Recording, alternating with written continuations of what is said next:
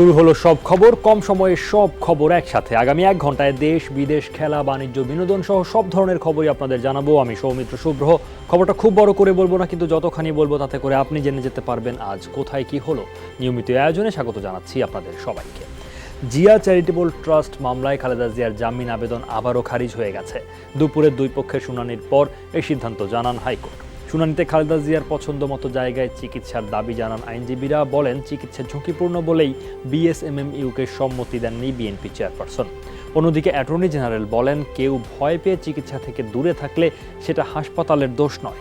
দুদক আইনজীবী বলেন, এই মামলায় জামিন পাওয়ার খালেদা জিয়ার আইনি কোনো দিক নেই। বেলা 11:15টার দিকে বিচারপতি ওবায়দুল হাসান ও কে এম জহিরুল হকের হাইকোর্ট বেঞ্চে শুনানি শুরু হয়।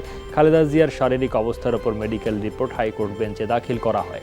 তার আইনজীবীদের অভিযোগ, সরকার নিয়ন্ত্রিত হাসপাতাল থেকে নিরপেক্ষ মেডিকেল রিপোর্ট পাওয়া সম্ভব নয়। মেইলের যে নিবেদন সেটাকে খারিজ করেছেন এবং আরেকটি অবজারভেশন দিয়েছেন যে এখানে যদি মেডিকেল বোর্ডে অন্য কাউকে নিতে হয় সেটা নিয়ে তার প্রপার চিকিৎসার জন্য বলেছে। এই আদেশে আমরা ক্ষুব্ধ। আমরা মনে করি দেশের সর্বোচ্চ আদালত মানবিকভাবে এই আমাদের বেল পিটিশনটি তাদের কনসিডার করা উচিত ছিল। আদালত সেটা বলেছেন যে খালেদা জিয়া একটা দণ্ডিত আসামি, আপনার কনভিক্টেড, উনি সাজাপ্রাপ্ত আসামি, কাজে তার স্ট্যাটাস একটা আন্ডার ট্রায়াল প্রিজনার সাধারণ দুটো এক জিনিস না, সেটা জেল কোর্ট দ্বারা গাইডেড হবে, সেটা অবজারভেশনে এটা বলেছেন আদালত। এ রায় সরকারের ইঙ্গিতে হয়েছে বলে মন্তব্য করেছেন বিএনপির সিনিয়র যুগ্ম মহাসচিব রুহুল কবির রিজভী। অভিযোগ করেন, আদালতকে ব্যবহার করে সরকারের ইচ্ছা পূরণ করা হচ্ছে। দুপুরে নয়াপল্টনে সংবাদ সম্মেলনে তিনি বলেন, মুক্তিপণ আদায়ের মতো সকল অধিকার হরণ করে খালেদা জিয়াকে আটকে রাখা হয়েছে। এদিকে খালেদা জিয়ার জামিন আবেদন খারিজ করে দেওয়ার প্রতিবাদে শনিবার সারা দেশে বিক্ষোভ কর্মসূচির ডাক দিয়েছে বিএনপি। এছাড়া পল্টনে বিক্ষোভ সমাবেশের ঘোষণা দেওয়া হয়েছে। সরকারের ইচ্ছায় দেশনেত্রীর জামিন আবেদন খারিজের আদেশের সিদ্ধান্ত জাতিকে এক বিপজ্জনক জায়গায় ঠেলে দেওয়ারই নামান্তর। খারিজের যে আদেশ আজকে দেওয়া হলো, এর প্রতিবাদে আগামী শনিবার ঢাকা মহানগর সহ দেশব্যাপী বিক্ষোভ কর্মসূচি পালিত হবে। আবারও বাড়ল বিদ্যুতের দাম। আগামী মাস থেকে কার্যকর হবে পাইকারি ও খুচরা পর্যায়ের বর্ধিত মূল্য। বিকেলে কারওয়ান বাজারে Bangladesh energy regulatory commission BERC কার্যালয়ে ব্রিফিংয়ে এই তথ্য জানানো হয়। বিইআরসির চেয়ারম্যান আব্দুল জলিল জানান, খুচরা পর্যায়ে ইউনিট প্রতি 6.77 পয়সায় বাড়িয়ে 6 টাকা 77 পয়সা থেকে বাড়িয়ে 7.13 টাকা নির্ধারণ করা হয়েছে। এর ফলে খুচরা মূল্য 36 পয়সা বাড়লো। বলেন, সেচ কাজে খুব বেশি খরচ বাড়ছে না। দেশের সামষ্টিক অর্থনৈতিক সূচক প্রবৃদ্ধি সহ নানা দিক বিবেচনায় এই মূল্য বৃদ্ধি করা হয়েছে।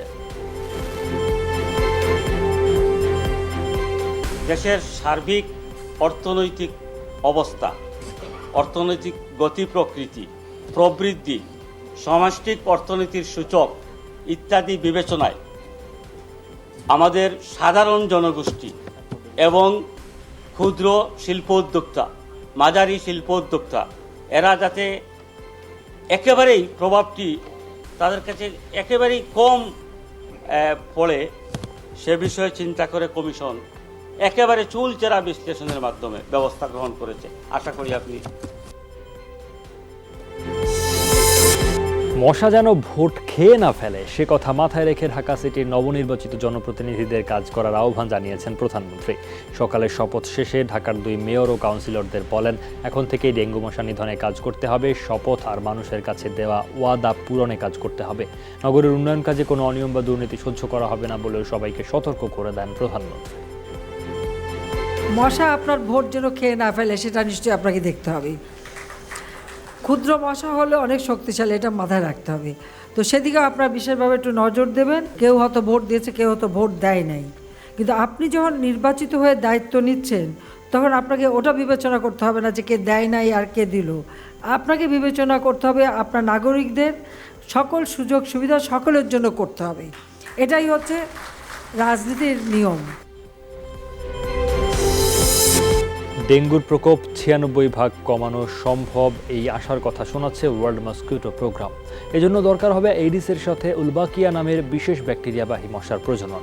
এরই মধ্যে অস্ট্রেলিয়া, ইন্দোনেশিয়া এমনকি প্রতিবেশী ভারতের মতো 12 দেশে সফল হয়েছে এই পদ্ধতি। উলবাকিয়া নিয়ে অবশ্য এখনও কিছু জানেন না বলে জানিয়েছেন স্বাস্থ্যমন্ত্রী।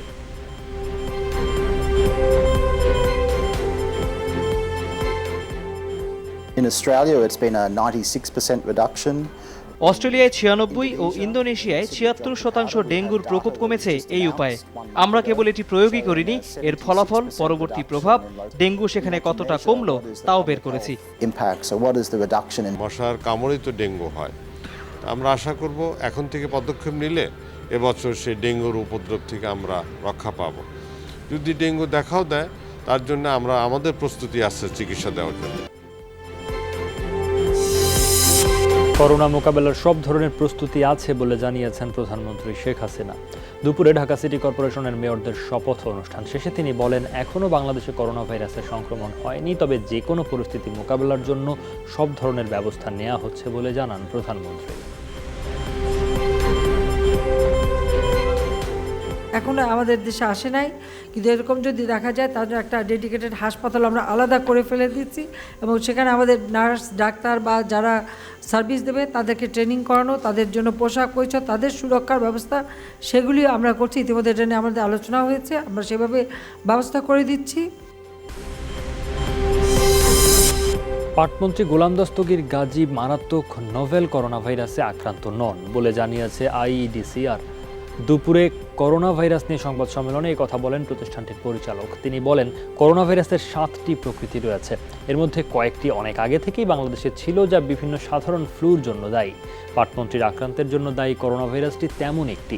এর ফলে কোভিড-19 হওয়ার শঙ্কা নেই।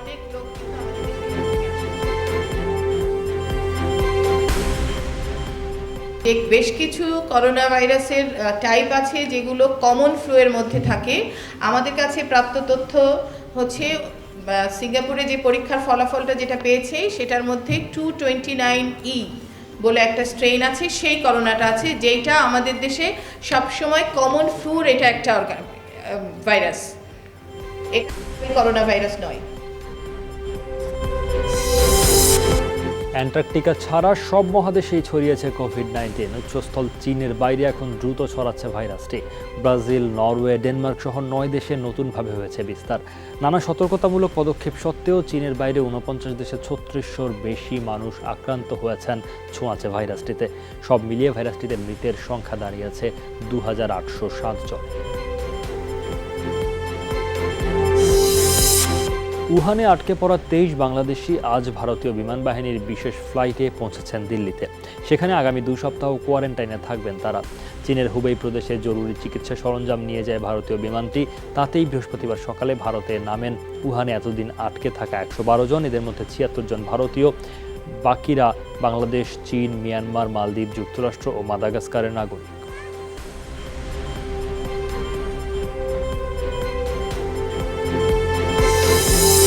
করোনা ভাইরাস মোকাবেলায় সাময়িকভাবে ওমরা হজ স্থগিত করেছে সৌদি আরব। আজ বিবৃতি দিয়েছে দেশটির পররাষ্ট্র মন্ত্রণালয়। জানানো হয়, ওমরা হজের উদ্দেশ্যে সৌদি ভ্রমণের স্থগিতাদেশের পাশাপাশি মদিনায় বন্ধ থাকবে পবিত্র মসজিদে নববী পরিদর্শনও। কোভিড-19 ছড়িয়েছে এমন দেশগুলোর নাগরিকদের আপাতত নতুনভাবে ট্যুরিস্ট ভিসাও দেবে না সৌদি। বেসরকারি ব্যবস্থাপনায় হজযাত্রীদের জন্য 2টি হজ প্যাকেজ ঘোষণা করেছে হাব। সাধারণ প্যাকেজে কোরবানি ছাড়া খরচ ধরা হয়েছে 3,61,800 টাকা। ইকোনমি প্যাকেজে খরচ করবে 3,17,000 টাকা। সকালে রাজধানীর একটি হোটেলে হজের এই প্যাকেজ ঘোষণা করেন Hajj agencies association of Bangladesh HAAB সভাপতি শাহাদাত হোসেন তসলিম। বলেন, এর বাইরেও প্রত্যেক এজেন্সি নিজস্ব বিশেষ প্যাকেজ রাখতে পারবেন। হজযাত্রীদের 30 মার্চের মধ্যে বেসরকারি প্যাকেজের সব টাকা পরিশোধ করতে হবে। নিবন্ধন কার্যক্রম 15 মার্চ পর্যন্ত চলবে। করোনা ভাইরাসের কারণে সৌদি কর্তৃপক্ষের ওমরা বন্ধ করে দেওয়ার সিদ্ধান্তে দেশের হজ এজেন্সিগুলো ক্ষতিগ্রস্ত হবে বলে জানান হাব সভাপতি। আজকে যে হজ প্যাকেজ ঘোষণা করলাম, বেসরকারি হজ প্যাকেজ, এটা 2রা মার্চ আগামী সোমবার থেকে নিবন্ধন কার্যক্রম শুরু হবে। 1,51,190 টাকা জমা দিয়েই নিবন্ধন করতে পারবেন হজযাত্রীগণ। তবে 30শে মার্চের মধ্যেই হজ প্যাকেজের সমুদয় টাকা এজেন্সিকে পরিশোধ করতে হবে। করোনা ভাইরাস আতঙ্কে পদ্মা সেতু প্রকল্পে কর্মরত চীনা নাগরিকদের সহজভাবে নিতে পারছেন না অনেকে। আতঙ্কে নিরাপদ দূরত্ব বজায় রাখার চেষ্টা সবখানে। বিপরীত চিত্র মাদারীপুরে সেতু ও রেললাইন প্রকল্প এলাকায় চীনাদের সাথে মিলেমিশে কাজ করছেন শ্রমিকরা। বিদেশি শ্রমিকদের সাথে স্থানীয়দের মানবিক আচরণে খুশি প্রশাসনের কর্মকর্তারা। তাকে কোনো সমস্যা নাই, তাকে প্রত্যেকটা ডিউটিতে তাদের সাথে আছে। আমরা তাদের সার্বিক সহযোগিতা করি, তাদের পাশে আমরা দাঁড়াই, তাদের যতটুকু করার সাহায্য আমরা পাই। আমাদের দেশে ওরা খুব কষ্ট করে কাজ করতেছে, তারপরে কোনো সময় কাজের কোনো ঢিল দেয় না। বাংলাদেশি নাগরিকজন অত্যন্ত সহমর্মিতার সাথে ভালোভাবে সুন্দরভাবে চীনাদের সাথে কাজ করছে। আমি মনে করি এটা একটা উজ্জ্বল দৃষ্টান্ত যে এখানে দুটো দেশের মধ্যে সুন্দর সম্পর্কের মাধ্যমে উন্নয়ন কাজে হয়ে গেছে। অবশেষে পেঁয়াজ রফতানির উপর থেকে নিষেধাজ্ঞা তুলে নিল ভারত। বুধবার টুইট বার্তায় বিষয়টি নিশ্চিত করেন দেশটির খাদ্য ও ভোক্তা অধিকার মন্ত্রী রামবিলাস পাসওয়ান। জানান আগামী 2-1 দিনের মধ্যে বিষয়ে আনুষ্ঠানিক প্রজ্ঞাপন জারি হবে। আরও বলেন, গেল কয়েক সপ্তাহে বাম্পার ফলন হওয়ায় কমেছে পেঁয়াজের দাম। ফলন কমে যাওয়ায় গেল সেপ্টেম্বরে পেঁয়াজ রফতানির উপর নিষেধাজ্ঞা জারি করেছিল মোদী প্রশাসন। চট্টগ্রামের শেষ দিনে মনোনয়নপত্র জমা দিয়েছেন আওয়ামী লীগ, বিএনপি সহ বিভিন্ন দলের মেয়র প্রার্থীরা। আওয়ামী লীগ প্রার্থী জয়ের ব্যাপারে আশাবাদ ব্যক্ত করলেও নির্বাচনে লেভেল প্লেইং ফিল্ড নেই বলে অভিযোগ করেছেন বিএনপির প্রার্থী। শেষ দিনে মনোনয়নপত্র জমা দিয়েছেন 41 ওয়ার্ডের কাউন্সিলর প্রার্থীরাও। আগামী 1 মার্চ মনোনয়নপত্র যাচাই বাছাই আপিল করা যাবে। 2 থেকে 4 মার্চ পর্যন্ত মনোনয়নপত্র প্রত্যাহারের শেষ দিন 8 মার্চ। সকল প্রতিকূলতা জয় করে আমাকে নির্বাচনে বিজয়ী হতে হবে। ভোটাররা ভোট যাকে দিবে সেই কি হবে, এখানে দল ক্ষতি হওয়ার কোনো সুযোগ নেই। যদি সুস্থ নির্বাচন হয়, বিপুল ভোটে আপনাদের দোয়া আমি জয়লাভ করব। ইনশাআল্লাহ নির্বাচিত হতে পারি, পরিকল্পিত একটা চট্টগ্রাম গড়ে তুলব। প্রতিপক্ষ একজন সব প্রার্থীকে সমান চোখে দেখছি। 29 মার্চের ভোটের যে দিন আছে নির্বাচন কমিশনকে, সেটা যদি 2 দিন পিছিয়ে 31 মার্চ করা হয়, সেটাতে কোনো কিছু যায় আসে না। এ বিষয়ে আরও জানাতে চট্টগ্রাম থেকে যোগ দিচ্ছেন সহকর্মী হোসাইন জিয়াদ। জিয়াদ, জানতে চাই, রিটার্নিং কর্মকর্তা কিছুক্ষণ আগে ব্রিফ করেছেন, কি বললেন তিনি?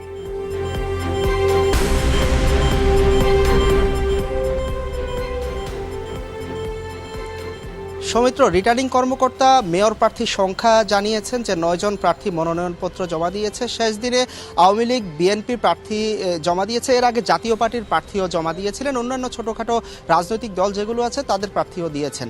পাশাপাশি কাউন্সিলর প্রার্থী প্রায় 208 জন কাউন্সিলর প্রার্থী মনোনয়নপত্র জমা দেন এবং নারী কাউন্সিলর পদে 50 জনেরও বেশি প্রার্থী সংরক্ষিত আসনগুলোতে জমা দিয়েছেন। মূলত দিনভর কিন্তু প্রার্থী, তার অনুসারী কর্মীদের আনাগোনায় মুখর ছিল নির্বাচন কমিশন এবং আজকে মনোনয়নপত্র জমা দেওয়ার মধ্য দিয়ে ভোটের যে আমেজ সেটি কিন্তু ছড়িয়ে পড়ছে পুরো শহরে। সবার আলোচনায় কিন্তু এখন ভোট যুদ্ধ। বিশেষ করে আজকে যখন আওয়ামী লীগ প্রার্থী জমা দিতে এসেছিলেন, তিনি বর্তমান মেয়র আজম নাসির উদ্দিন, আরও যারা তার দলের মনোনয়ন প্রত্যাশী যারা প্রতিদ্বন্দ্বী হয়েছিলেন, সবাইকে নিয়েই কিন্তু নির্বাচন কমিশনে এসেছেন।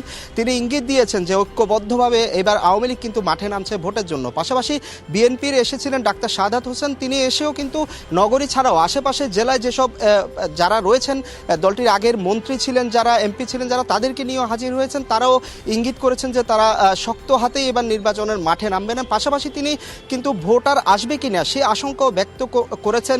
নানান কারণ তার উল্লেখ করে বলেছেন যে টানা সরকারি যে 3 দিন ছুটি তার একটি প্রভাব পড়তে পারে। তিনি তারিখ পিছানোরও কিন্তু তারিখ পিছানোর আবেদন জানিয়েছেন নির্বাচন কমিশনের কাছে। অন্যান্য প্রার্থীও তাদের শঙ্কার কথা জানিয়েছেন। মোদ্দা কথায় ভোটের যারা প্রার্থী হয়েছেন তারা সবাই চান নির্বাচন কমিশন একটি সুষ্ঠু এবং অবাধ নির্বাচন এবার উপহার দিক। সৌমিত্র। জিয়াদ, আপনাকে ধন্যবাদ। চট্টগ্রামে ভোটের মাঠে উত্তাপ ছড়াচ্ছেন আওয়ামী লীগ এবং বিএনপির মেয়র প্রার্থী। ভোট যুদ্ধের আগে শুরু হয়েছে দুজনের কথার লড়াই। সামগ্রিক পরিবেশ নিয়ে বিএনপি অভিযোগ তুললেও তা উড়িয়ে দিচ্ছে আওয়ামী লীগ। ভোটের মাঠে সরব জাতীয় পার্টির প্রার্থী। এক দলকে দেওয়া হচ্ছে, আরেক দলকে দেওয়া হচ্ছে না। কাজে এই যে একটা ভারসাম্যহীন একটা রাজনীতি চলছে, সারা বছরই করেছে, অভিযোগ করতেই থাকবে। আস্তে আস্তে ওরা ভ্যানিশড হয়ে যাবে। পরিস্থিতি আনতে চান, আপনারাই পারবেন। আপনাদের দিকে মানুষ তাকিয়ে আছে। মানুষ যাতে প্রশাসনকে বদনাম না করে, এটাই আমি চেষ্টা করব প্রশাসনের এই জিনিসটা মনে রাখবে। রাজধানীর দিলু রোডে 5তলা আবাসিক ভবনের গ্যারেজে লাগা আগুনে এক শিশুসহ 3 জন নিহত হয়েছেন। ঢাকা মেডিকেলের বার্ন ইউনিটে মৃত্যুর সাথে পাঞ্জা লড়ছেন 2 জন। ফায়ার সার্ভিসের 7টি ইউনিটের চেষ্টায় আগুন নিয়ন্ত্রণে আসে। তদন্তের পর আগুন লাগার কারণ বেরিয়ে আসবে বলে জানিয়েছে ফায়ার সার্ভিস।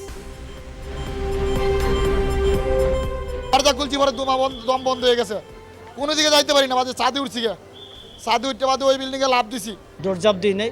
এরপরে আগুন বন্ধ হওয়ার পরে ফায়ার সার্ভিসের লোকজন যায়, আমাদের 5 জনকে সুস্থভাবে নামাইছে। আগুনে গাড়ি ধরছে বা ঠাস ঠাস শব্দ হয়েছে, এরপরে আর কোনো লোক ভিতরের দিকে এদিকে আইতেই পারি না। আসলে এটা তদন্ত সাপেক্ষে বলা যাবে। অধিদপ্তর থেকে একটা টিম হবে, এই 3 সদস্য হোক আর 5 সদস্য হোক, এই তদন্ত কমিটি আসলে নির্ধারণ করবে কী কারণে অগ্নিকাণ্ড ঘটেছে। সহিংসতা বন্ধে ব্যবস্থা নেওয়ার আদেশ দিয়ে বদলি হতে হলো দিল্লি হাইকোর্টের বিচারপতি এস মুরালীধরকে। রায়ে সহিংসতার সাথে সম্পৃক্ত কয়েকজন বিজেপি নেতার নাম উল্লেখ করেন তিনি। এদিকে অভিযোগ উঠেছে, সহিংসতার আগে অন্তত 6 বার পূর্ব সতর্কতামূলক গোয়েন্দা তথ্য পেয়েছিল দিল্লি পুলিশ, তাও নেয়নি ব্যবস্থা। গেল 3 দিনে নিহত হয়েছেন 35 জন, আহত 2 শতাধিক। দিল্লির সহিংসতার ঘটনায় প্রতিবাদ করে এবার বিপাকে পড়েছেন বলিউডের অভিনেত্রী স্বরা ভাস্কর। তাকে গ্রেফতারেরও দাবি উঠেছে। হ্যাশট্যাগ দিয়ে অ্যারেস্ট স্বরা ভাস্কর বলে টুইটারে শুরু হয়েছে ট্রেন্ড। সম্প্রতি একটি আলোচনা সভায় হাজির হন স্বরা, যেখানে নাগরিকত্ব আইনের প্রতিবাদে মুখ খুলতে দেখা যায় তাকে। শীর্ষ আদালত নিয়েও মন্তব্য করেন তিনি। বাবরি মসজিদ ভাঙার ঘটনাটিকেও বেআইনি না ঘোষণা করার সমালোচনাও করেন এই অভিনেত্রী। এরপরে নেটিজেনদের একাংশ তাকে গ্রেফতারের দাবি জানায়। যুক্তরাষ্ট্রে উইসকনসিনে এলোপাতারি গুলিতে প্রাণ গেছে কমপক্ষে 5 জনের। আত্মহত্যা করেছে হামলাকারী। স্থানীয় সময় বুধবার একটি পানীয় প্রতিষ্ঠানে হয় হামলা। সহকর্মীদের ওপরই গুলি চালান বন্দুকধারী। এখনও হামলার কারণ অস্পষ্ট, এমনকি বন্দুকধারীর পরিচয়ও প্রকাশ করা হয়নি। এই ঘটনায় শোক জানিয়েছেন মার্কিন প্রেসিডেন্ট ডোনাল্ড ট্রাম্প।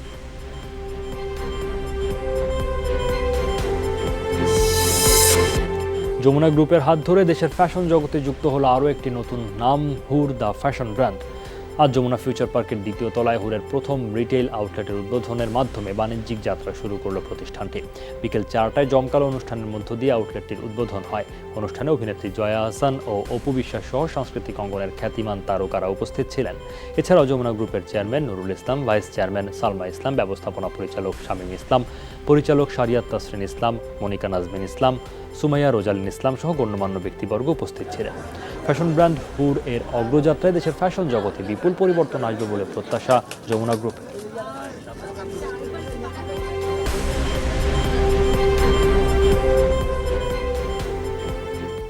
আমরা সবসময় বিদেশে যাই, ইন্ডিয়ান বিভিন্ন ড্রেসের চিন্তা করি, কিন্তু সেটা যদি হুর আমাদেরকে দিয়ে দেয় তো এটা থেকে আর বড় কিছু থাকে না। সো হুরকে অনেক বেশি সুন্দরভাবে বলি পথ চলুক। প্রাইসগুলো ভীষণ রিজনেবল, মানে একেবারেই আমাদের মিডল ক্লাস থেকে শুরু করে সকলেই এটা টাচ করতে পারবে।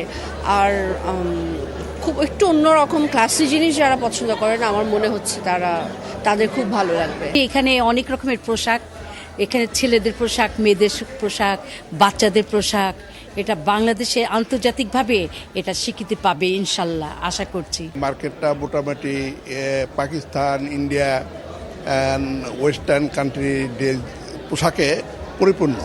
নতুন প্রজন্মের ছেলে মেয়েদেরকে আকৃষ্ট করা, দেশের বৈদেশিক মুদ্রাকে সাশ্রয় করা এবং তাদের ডিমান্ড মতো তাদের পোশাককে তৈরি করা। যমুনা ফিউচার পার্কে হুরের আউটলেটে আছেন আমাদের সহকর্মী শওকত মঞ্জুর শান্ত, সরাসরি যুক্ত হয়েছেন তিনি। শান্ত, ফ্যাশনের বৈচিত্র্য এবং আধুনিকতার অঙ্গীকারে যাত্রা শুরু করা হুরের শোরুমে কাপড়ের বৈচিত্র্য কেমন এবং ক্রেতারা কি বলছেন?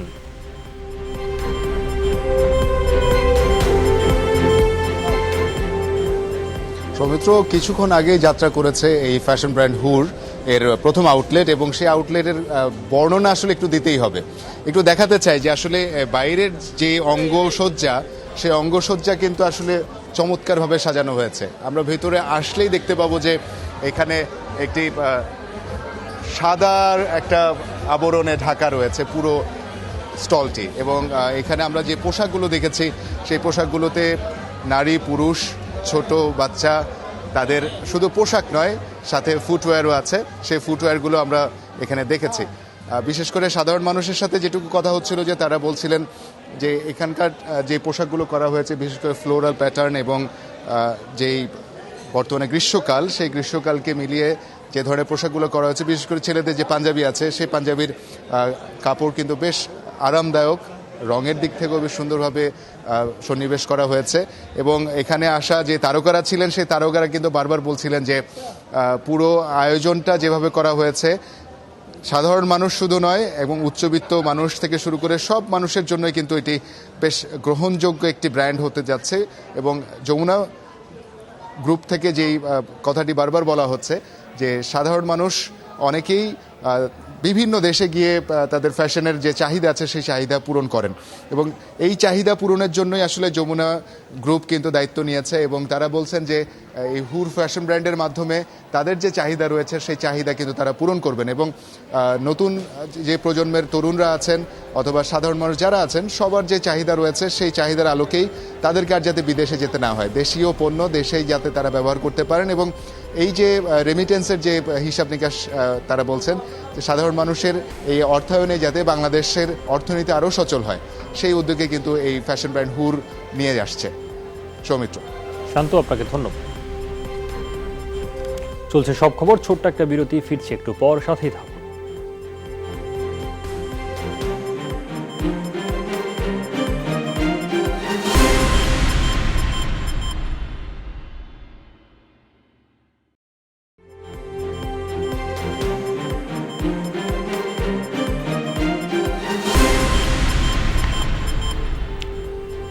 আবারও স্বাগত, দেখছেন সব খবর।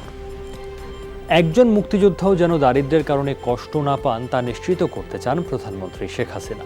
সকালে ঢাকা সিটি কর্পোরেশনের মেয়রদের শপথ অনুষ্ঠানে তিনি বলেন, মুক্তিযোদ্ধারা জীবন বাজি রেখে দেশ স্বাধীন করেছেন।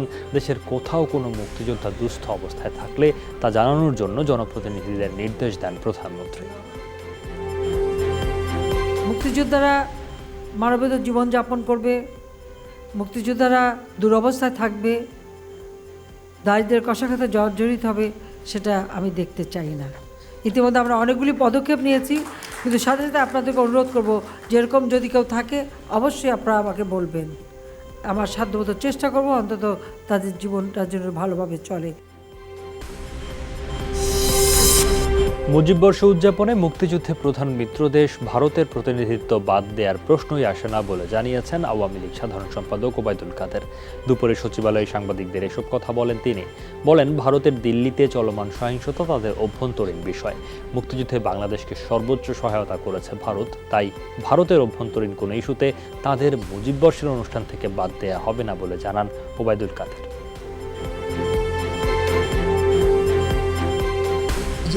ছিনিয়ে এনেছিলাম, এখানে ভারতীয় আমাদের রক্তের সঙ্গে ভারতেরও রক্ত মিশে আছে। কাজে ভারতকে এই মুজিব বর্ষে অনুষ্ঠানে আমন্ত্রণ না জানানো এটা তো কৃতজ্ঞতার পরিচয় এবং এটা অসম্পূর্ণ একটা বিষয় হিসাবে থেকে যায়। বঙ্গবন্ধুর জন্মশতবার্ষিকীতে ভারতের প্রধানমন্ত্রী নরেন্দ্র মোদীকে অতিথি করা প্রসঙ্গে স্বরাষ্ট্রমন্ত্রী আসাদুজ্জামান খান বলেছেন, আওয়ামী লীগ একটি রাজনৈতিক নির্দেশনা নিয়ে চলে। বলেন, বঙ্গবন্ধু অসাম্প্রদায়িক বাংলাদেশ দিয়েছেন, আমরা সেখানটাতেই আছি। সকালে গাজীপুরের আনসার ভিডিপি একাডেমিতে এক অনুষ্ঠানে সাংবাদিকদের প্রশ্নের জবাবে তিনি এসব মন্তব্য করেন। পরে ফ্ল্যাগ রেজিংয়ের মাধ্যমে নবগঠিত আনসার গার্ড ব্যাটালিয়ন উদ্বোধন করেন স্বরাষ্ট্রমন্ত্রী। বলেন, ভিআইপিদের অধিক নিরাপত্তা দিতে এটি গঠন করা হয়েছে।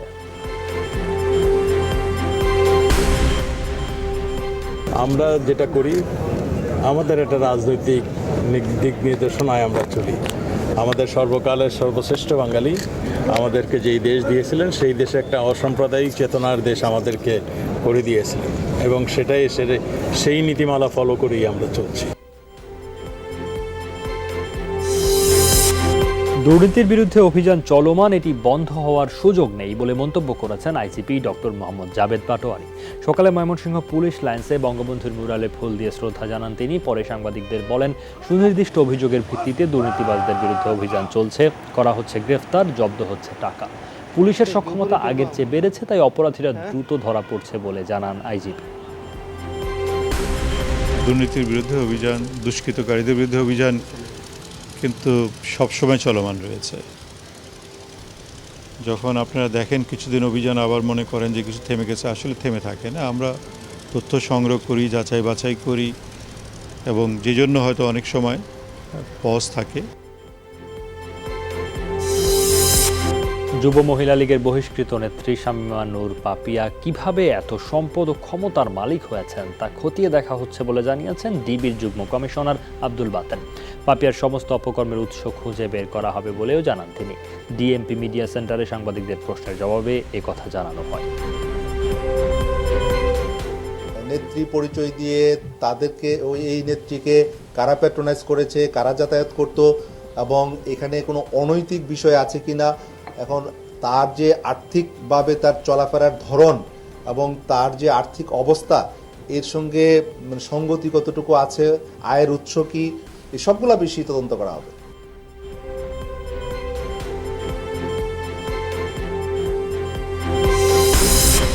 জনপ্রতিনিধি ও প্রশাসনের কর্মকর্তাদের জড়িয়ে বিতর্কিত বক্তব্য দিয়ে সমালোচিত গাইবান্ধার এনজিও চেয়ারম্যান শফিকুল ইসলাম।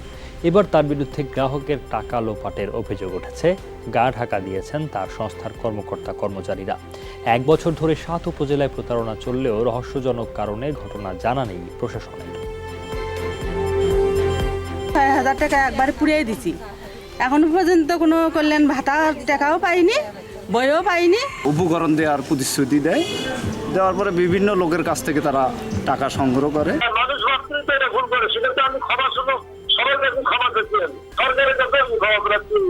গঠনতন্ত্র অনুযায়ী যদি তাদের কোনো কার্যক্রম, বহির্ভূত কোনো কার্যক্রম পরিচালিত করে থাকে তাহলে এই বিষয়ে তাদের বিরুদ্ধে প্রশাসনিক ব্যবস্থা গ্রহণ করা হবে।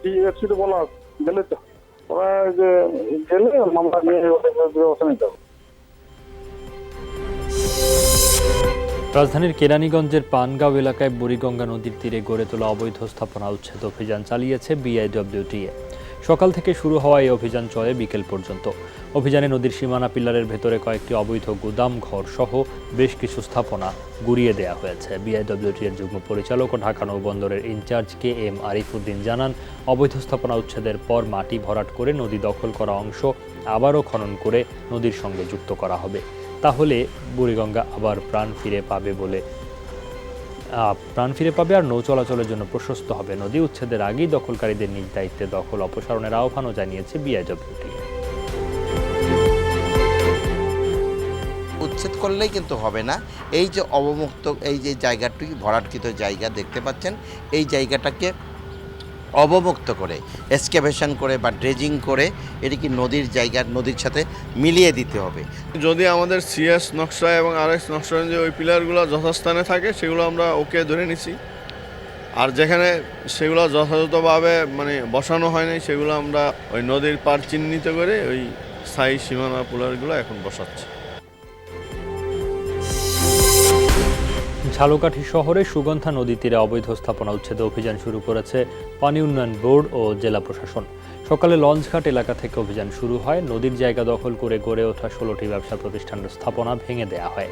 নির্বাহী ম্যাজিস্ট্রেট জানান, স্থাপনা সরিয়ে নেওয়ার জন্য সংশ্লিষ্টদের নোটিশ দেওয়া হয়েছিল। পর্যায়ক্রমে সব অবৈধ স্থাপনা উচ্ছেদ করা হবে। এদিকে নারায়ণগঞ্জের ফতুল্লার মাদানীনগরে অনুমোদনহীন 8টি ভবন গুড়িয়ে দিয়েছে রাজুক।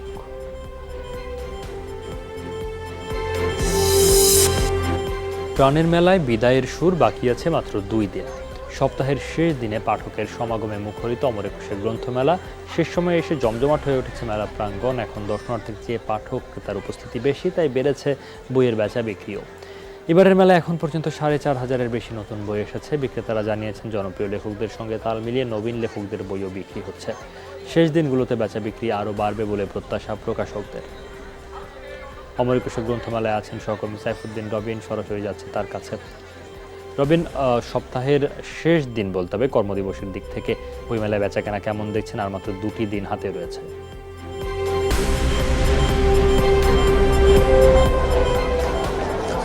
সৌমিত্র, কর্মদিবস যদিও, কিন্তু ব্যাপক ভিড় আজকে যদি বলতে চাই। মেলার চিত্রটা সত্যিকার অর্থে বিগত দিনগুলোর চাইতে আজকে উপচে পড়া ভিড় লক্ষ্য করছি এই বইমেলায়।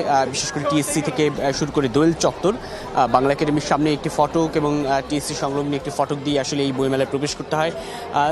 আশেপাশের পুরো এলাকায় মানুষ। এবং মেলা প্রাঙ্গণ যদি বলতে চাই, বাংলা একাডেমি প্রাঙ্গণ এবং সোহরাওয়ার্দী উদ্যানের যে বিস্তৃত এলাকা জুড়ে আসলে মেলার আয়োজন, সবখানেই মানুষের প্রচণ্ড ভিড় এবং সত্যিকার অর্থেই বলা চলে যে শেষের দিকের যেই সরগরম পরিবেশ, সেটি এই মেলার আয়োজনটাকে এক ধরনের সার্থক রূপে পরিণত করেছে এবং বেচা বিক্রিও বেশ বেড়েছে বলে বলছেন প্রকাশক এবং যারা স্টলের সঙ্গে জড়িত রয়েছেন তারা।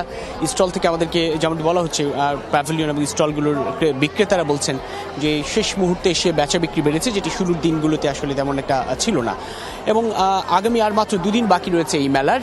এই অবশিষ্ট 2 দিনে পাঠকের ভিড় আরও বাড়বে এবং বেচা বিক্রি বাড়বে এবং সত্যিকার অর্থেই দর্শনার্থী নয়, যারা ক্রেতা, সত্যিকারের ক্রেতা, তারা নিজেদের পছন্দসই বইয়ের তালিকা নিয়ে হয়তো বা মেলায় প্রবেশ করবেন, মেলায় নিজের পছন্দসই বই কিনবেন এবং অটোগ্রাফ দেওয়ার জন্য লেখকরা তো অপেক্ষায় রয়েছেনই। তার স্টলগুলোতে, প্যাভিলিয়নগুলোতে যার যেখানটা থেকে যে প্রকাশনী থেকে বই বেরিয়েছে সেটা সামনে অপেক্ষা করছেন। কিন্তু শেষ মুহূর্তটা এসে এখন আর কেবলমাত্র আসলে অটোগ্রাফের জন্য অপেক্ষায় নেই পাঠকেরা, তারা আসলে নিজের পছন্দসই বই কিনতেই ব্যস্ত। এবং আমরা যদি বলি যে প্রায় 8 লাখ বর্গফুট জুড়ে যেহেতু মেলার এই আয়োজন, বিস্তৃত এলাকা জুড়ে, যেখানটায় বিগত দিনগুলোতে খোলামেলা পরিবেশে ভিড় এড়িয়ে সাধারণ পাঠক বই কিনতে পেরেছে, সেই জায়গাটায় আজকে কিন্তু প্রশস্ত সড়কেও আমরা ভিড় লক্ষ্য করছি এবং পাঠকের উপস্থিতি জানান দিচ্ছে মেলা আসলে শেষ মুহূর্তে বা শেষের দিকে। এবং আজকের দিনে 150টি নতুন বই প্রকাশিত হয়েছে, সব মিলিয়ে 4400 বই প্রকাশিত হয়েছে এখন পর্যন্ত এইবারের বইমেলায়। আগামী আরও 2 দিন বাকি, শেষ 2 দিনেও নতুন বই প্রকাশের সম্ভাবনা রয়েছে এবং প্রকাশকরা আসলে ব্যস্ত সেই বই প্রকাশের জন্য এবং পাঠকরাও অপেক্ষায় আছেন শেষ পর্যন্ত আসলে কোনো চমক হওয়ার মতো বা চমকিত হওয়ার মতো নতুন কোনো বই প্রকাশ হয় কিনা। এখন পর্যন্ত যে বইগুলো বিক্রি হচ্ছে তার মধ্যে কবিতার বইয়ের সংখ্যাই বেশি, এর বাইরে রাজনৈতিক উপন্যাস কিংবা উপন্যাস, ছোট গল্প, সেসবের কাটতি তো রয়েছেই। সৌমিত্র। রবিন, আপনাকে ধন্যবাদ। রোহিঙ্গাদের দ্রুত প্রত্যাবাসনে ভারতের সক্রিয় সহযোগিতা চায় বাংলাদেশ। ত্রাণ ও পুনর্বাসন প্রতিমন্ত্রী বলেছেন, সরকারের এই অবস্থান ভারতীয় প্রধানমন্ত্রীকে আবারও জানাতে বলেছেন প্রধানমন্ত্রী শেখ হাসিনা। ভারতীয় হাইকমিশনার বলছেন, টেকসই, নিরাপদ ও দ্রুত প্রত্যাবাসনে ঢাকার পাশে থাকবে নয়াদিল্লি। কমিশনারকে অ্যাড্রেস করে আমাদের মাননীয় প্রধানমন্ত্রীর বার্তাটা ভারতের প্রধানমন্ত্রীর কাছে পৌঁছে দেই যে আমরা এখন সম্মানজনক প্রত্যাবাসন চাই। আপনি জানেন যে জাতিসংঘে আমাদের মাননীয় প্রধানমন্ত্রী শেখ হাসিনা 5 দফা এটা দাবি করেছেন, এই প্রত্যাবাসনটা হয়। Basically safe, secure, sustainable return, সেটা আমরা সবসময়ই চেয়েছি যে এনারা নিজেদের দেশে ফিরে যান। আর ওরার সেই জন্য আমরা রাখাইন স্টেটে যে প্রিফ্যাব্রিকেটেড বাড়ি বানিয়ে সেটাতেও হেল্প করে। শুরু হয়েছে জাতীয় বাজেট কাটছাঁটের কাজ। মন্ত্রণালয়গুলোকে অগ্রগতি জানাতে চিঠি দিয়েছে অর্থ বিভাগ। অর্থনৈতিক সমন্বয় বৈঠকে এরই মধ্যে বিশ্লেষণ করা হয়েছে গুরুত্বপূর্ণ সূচক, বিশেষ করে রাজস্ব পরিস্থিতি, প্রবৃদ্ধির হার, এডিপি বাস্তবায়ন, মূল্যস্ফীতি সূচকে শ্লথ গতির কারণে বড় ধরনের কাটছাঁটের মুখে পড়তে যাচ্ছে বাজেট। বিশ্লেষকদের ধারণা, চাপে রয়েছে বাজেট, দরকার নীতির সংস্কার।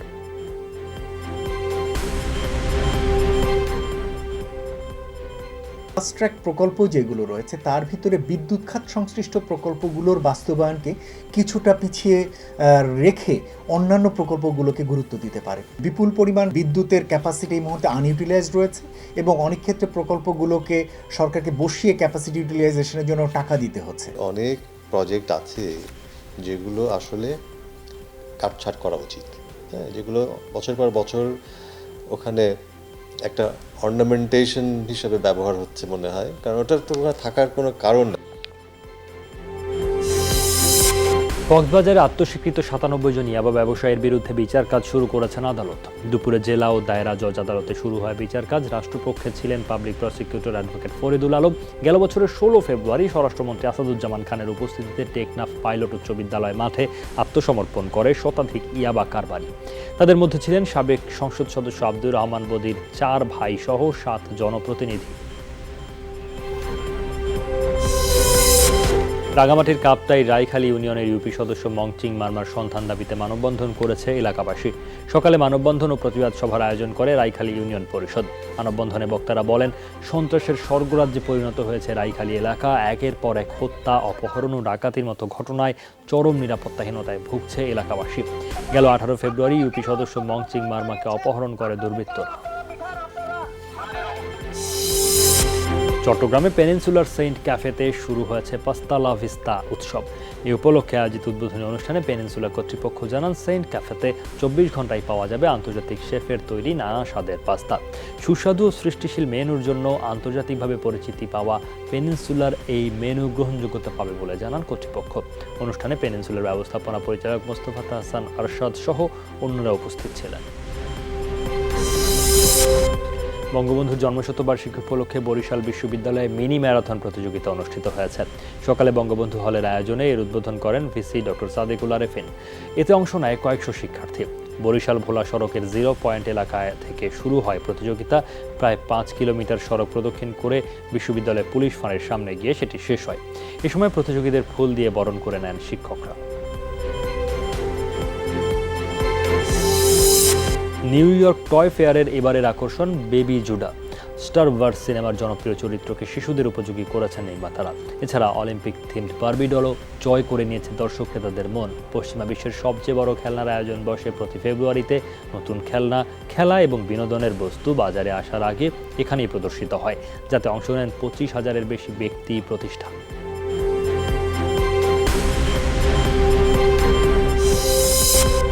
দিল্লির অস্থিরতা নিয়ে এবার মুখ খুললেন ভারতীয় বাংলা সিনেমার দর্শক প্রিয় দুই মুখ ও তৃণমূলের সংসদ সদস্য দেব ও মিমি। মিমি টুইটারে লেখেন, ভালো হয়েছে কবিগুরু আজ তুমি বেঁচে নেই, ভালো হয়েছে কবি নজরুল ইসলাম তুমি বেঁচে নেই, কারণ মোরা একই বৃন্তে দুটি কুসুম, হিন্দু মুসলমান আর নই, মোরা রাম আর রহিম, ভাই ভাই আর নই, যেটা আমরা এখন সেটা আর যাই হোক মানুষ আর নই। দেব টুইটারে লেখেন, আমি দিল্লিকে শুধু জ্বলতে দেখছি না, আমি দেখছি মনুষ্যত্ব পঙ্গু হয়ে যাচ্ছে। এটা বন্ধ হওয়া দরকার, না হলে আমরা জাতি হিসেবে ব্যর্থ হব। জয় ভারত, বন্দে মাতরম। এবার ভাঙছে বলিউডের আলোচিত রণবীর শোরে এবং অভিনেত্রী কঙ্কনা সেন শর্মার ঘর। তারা বিবাহ বিচ্ছেদের মামলা করেছেন। 2010 সালে পারিবারিক বিয়ে হলেও বোঝাপড়া বেশি দিন ভালো থাকেনি তাদের। 2015 সাল থেকে তারা আলাদা থাকতে শুরু করেন। অবশেষে তারা বিচ্ছেদকে চূড়ান্ত করতে আদালতের দ্বারস্থ হয়েছে। চলছে সব খবর, ছোট্ট আরও একটা বিরতি, ফিরছি একটু পর।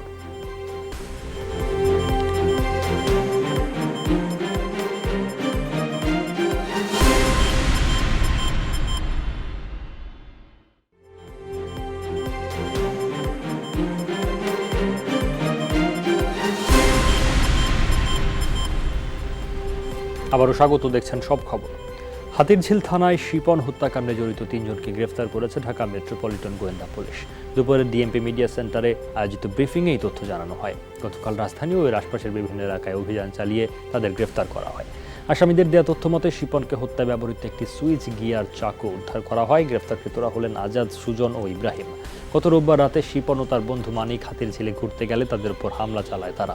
প্রাথমিক জিজ্ঞাসাবাদে আসামিরা জানায়, এলাকায় দ্বন্দ্বের জেরে শিপনকে হত্যা করা হয়। ওয়েস্ট ডিভিশনের ডিবির একটি চৌকস টিম এটা তদন্ত করে তারা ইতিমধ্যে 3 জনকে গ্রেফতার করেছে সরাসরি, যারা এই হত্যাকাণ্ডের সঙ্গে সম্পৃক্ত। তারা হলো মিস্টার আজাদ, সুজন এবং ইব্রাহিম। তাদের বয়স 20-এর কাছাকাছি হবে। বরিশালে শিশু ধর্ষণের অভিযোগে রিফাত সাহা নামে এক যুবককে আটক করেছে র্যাব। সকালে লঞ্চঘাট এলাকা থেকে তাকে আটক করা হয়। র্যাব জানায়, ঢাকা থেকে লঞ্চে বরিশালে আসে ওই শিশু, কিন্তু বোনের বাড়ির ঠিকানা খুঁজে না পেয়ে ঘাটে কাঁদছিল সে। এর সুযোগ নেয় রিফাত। আবাসিক হোটেলে নিয়ে শিশুটিকে ধর্ষণ করে পালিয়ে যায়। পরে তাকে শের-ই-বাংলা মেডিকেল কলেজ হাসপাতালে ভর্তি করা হয়। অভিযুক্ত রিফাত ধর্ষণের কথা স্বীকার করেছে বলে জানিয়েছে র্যাব। বিয়েবাড়িতে বরযাত্রী ছদ্মবেশধারী চোর চক্রের 7 সদস্যকে ঢাকা ও নারায়ণগঞ্জ থেকে আটক করেছে র্যাব। জব্দ করা হয়েছে স্বর্ণালংকার, নগদ টাকা সহ বিপুল পরিমাণ চোরাই মালামাল। দুপুরে নারায়ণগঞ্জের র্যাব 11 সদর দপ্তরের সংবাদ সম্মেলনে এই তথ্য জানানো হয়। বলা হয়, গোয়েন্দা তথ্যের ভিত্তিতে বুধবার রাতে ড্যামরা এবং রূপগঞ্জের নোয়াপাড়া ও সিদ্ধিরগঞ্জের বাগমারা এলাকায় অভিযান চালানো হয়। গ্রেফতার করা হয় 7 জনকে। র্যাব জানিয়েছে, দীর্ঘদিন ধরে চক্রটি রাজধানী সহ আশপাশের এলাকায় চুরি করত। তাদের মূল টার্গেট ছিল বিয়েবাড়ি এবং গণপরিবহনের যাত্রীরা। জামালপুরের দেওয়ানগঞ্জে সমবায় সমিতির প্রতারণার শিকার প্রায় 2,500 গ্রাহক। অভিযোগ, প্রায় 35 কোটি টাকা নিয়ে লাপাত্তা পরিচালক আকবর হোসেন। এতে দিশেহারা গ্রাহকরা। তদন্ত করে যমুনা বহুমুখী সমবায় সমিতির পরিচালকের বিরুদ্ধে ব্যবস্থা নেওয়ার কথা জানিয়েছেন জেলা প্রশাসক। 2006 সালে সমবায় সমিতি চালু করেন আকবর হোসেন। 2 দফা নাম ও স্থান পরিবর্তন করে 2011-তে কাঠারবিল বাজারে এর কার্যক্রম শুরু করেন তিনি। চলে আমানত সংগ্রহ।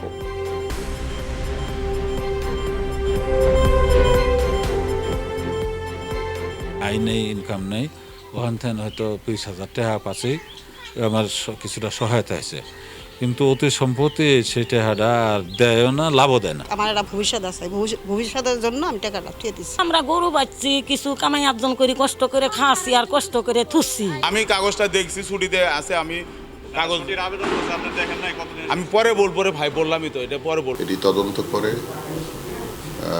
প্রতিবেদন দেওয়ার জন্য, প্রতিবেদন আসার পরে আমরা তাদের বিরুদ্ধে আইনানুগ ব্যবস্থা গ্রহণ করব।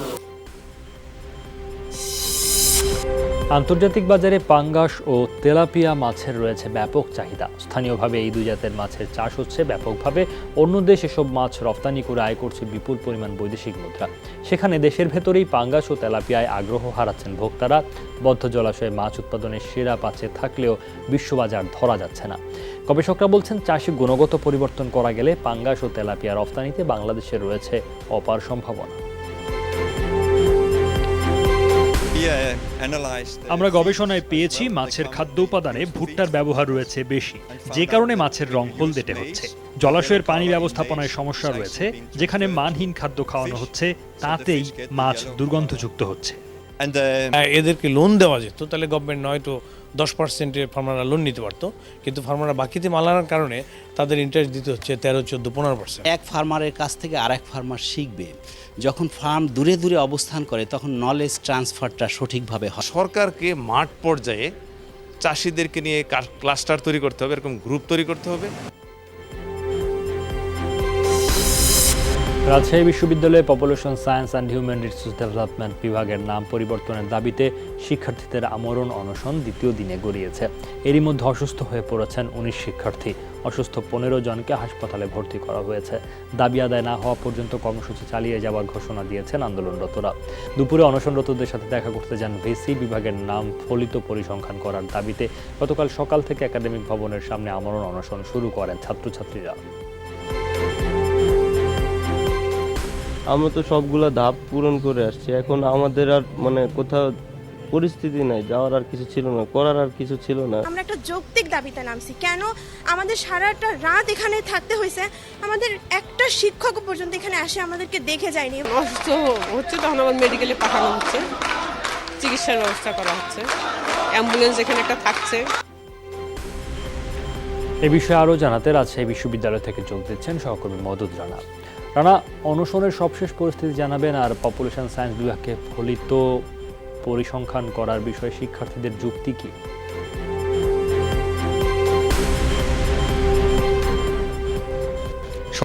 শিক্ষার্থীদের সবচেয়ে বড় যুক্তি, population science and human resource development যে সাবজেক্ট, এটি শুধুমাত্র রাজশাহী বিশ্ববিদ্যালয়ে আছে, এটি বিশ্ব কিংবা বাংলাদেশের অন্যান্য জায়গায় নেই।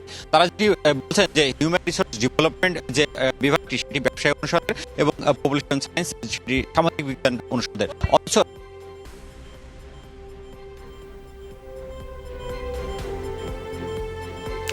আমরা শুনছিলাম সহকর্মী মদুদ রানা বলছিলেন, কিন্তু খুব ভালো শুনতে পাচ্ছিলাম না তাকে, খানিকটা সংযোগ ত্রুটির কারণে। যা হোক, তিনি জানাচ্ছেন রাজশাহী বিশ্ববিদ্যালয় থেকে, এবং রাজশাহী বিশ্ববিদ্যালয়ের population science and human resource development বিভাগের শিক্ষার্থীদের অনশনের তথ্য জানাচ্ছিলেন তিনি। মাঠ প্রশাসন কর্মচারীদের পদবি ও বেতন গ্রেড উন্নীতকরণের দাবিতে 3 দিনব্যাপী কর্মবিরতি শুরু করেছে সরকারি সমিতির কর্মকর্তা কর্মচারীরা। সকালে জেলা প্রশাসকের কার্যালয় চত্বরের সামনে কর্মবিরতি পালন করে তারা। বক্তারা বলেন, বারবার আশ্বাসের পরেও পদবি পরিবর্তন ও বেতন গ্রেড উন্নীত হচ্ছে না কর্মকর্তা কর্মচারীদের।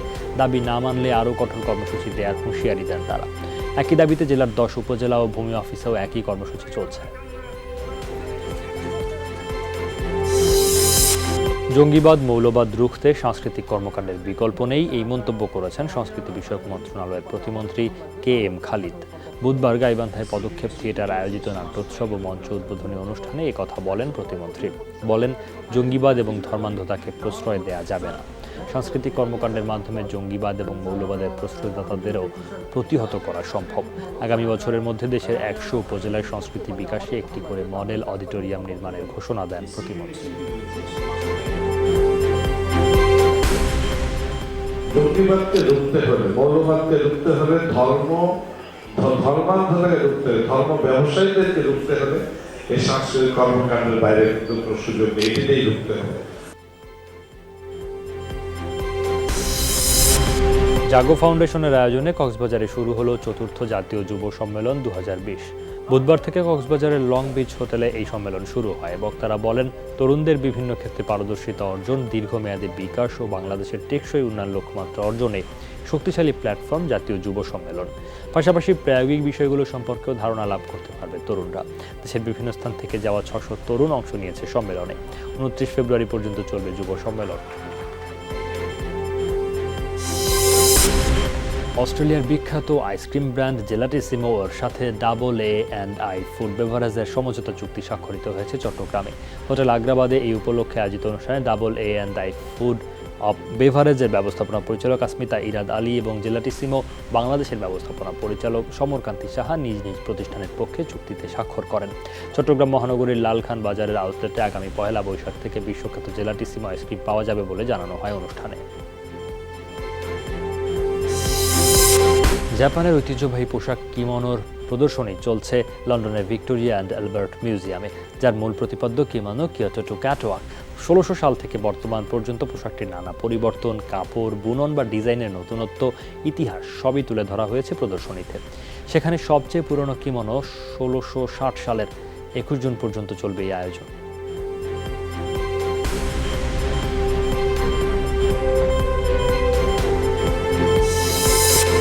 নিলামে বিক্রি হলো ৩৮ কেজি ওজনের একটি অ্যাম্বার পাথর। মাছ ধরার জালে উঠে কপাল হিসেবে খ্যাত পাথরটি, যা শেষ পর্যন্ত বিক্রি হলো ১,৩৫,০০০ ডেনিশ ক্রাউনে। নিলাম ঘরের বক্তব্য, পুরোপুরি অ্যাম্বার না হওয়ার কারণে প্রাকৃতিক এই রত্নটির সঠিক মূল্য নির্ধারণ করা কষ্টকর। বলিউডের আলোচিত অভিনেত্রী সানি লিওনি এবার ইনস্টাগ্রামে শেয়ার করলেন তার সাজসজ্জার ভিডিও। সেখানে দেখা গেছে একজন মেকআপ আর্টিস্ট সনির পিঠে কৃত্রিম চামড়া লাগাচ্ছেন। মুহূর্তেই ভিডিওটি ভাইরাল হয়েছে। একদিনের মধ্যে ভিডিওটি দেখেছে ৫০ লাখের বেশি মানুষ। সানি লিওনি অভিনয়ের পাশাপাশি বিভিন্ন সংস্থার শুভেচ্ছা দূত হিসেবেও কাজ করেন।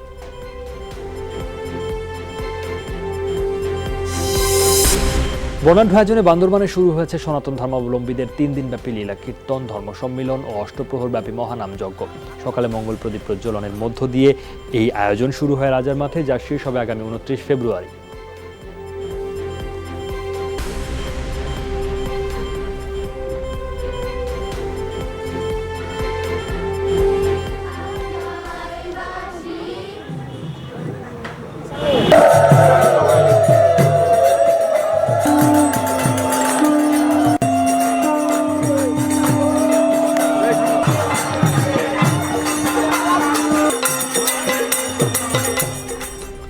এই ছিল আজকের সব খবরে। যে কোনো সংবাদ সবার আগে জানতে চোখ রাখুন যমুনা টেলিভিশনে। ভিজিট করুন আমাদের website, Facebook page, YouTube channel. Log in করুন www.jomuna.tv, Facebook/Jomuna Television, YouTube/Jomuna TV BD। এতক্ষণ সাথে থাকার জন্য সবাইকে ধন্যবাদ।